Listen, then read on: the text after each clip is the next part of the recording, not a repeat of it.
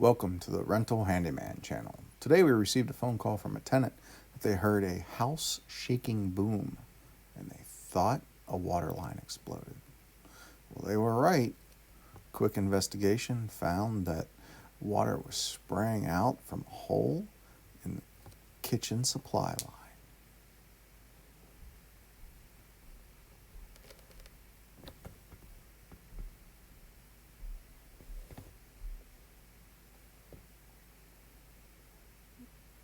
Now, what's a good rental handyman to do?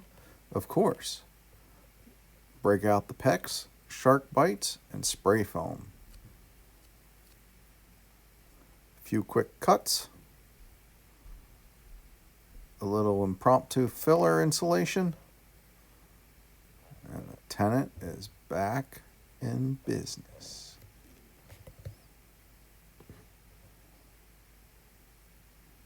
Another A+ rating for your property management company.